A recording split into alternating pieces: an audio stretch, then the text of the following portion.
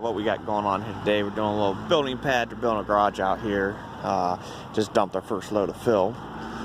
And see, I got the roller and stuff here. I went ahead and stripped out a bunch of that topsoil and all that good stuff, and getting ready to start rolling this stuff in. We got some rain, so my material is already a little wet, so I'm hoping I don't have to wet it. I brought the tanks on the trailer, but we'll see what happens. So it should be a good job. Well, we've got 90 ton in here. You see, it's starting to get her filled up some. The type of material this is you really don't need to roll it. It really just needs to be vibrated down. But I'm not walking with a plate tamper on this whole thing.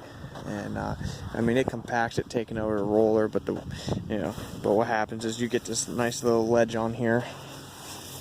But basically, if you just went down there with your boot, went like that, it makes it all level. Yeah, it is what it is. So, like I said, this is a 310 sand and gravel we're using on this here, and it works real well for this. But so that's pretty much it. But we're gonna need a fair amount more here. I think this corner's got to raise up probably a good 14 inches still.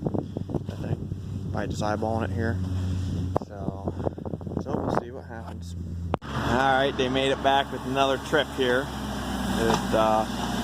This is trip number 5.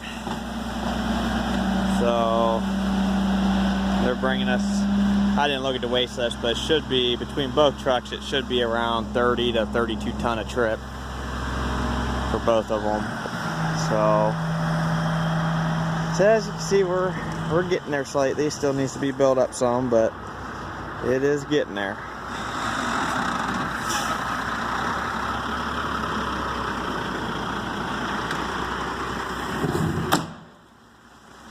Well, I think we're done hauling her in. I just shot it. It's all pretty close. You see, I rolled it last time. It started packing in real nice. And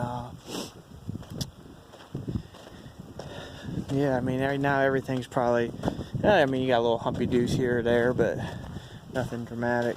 So I'm gonna stop for lunch. It's almost past my lunch. It's 2 o'clock now.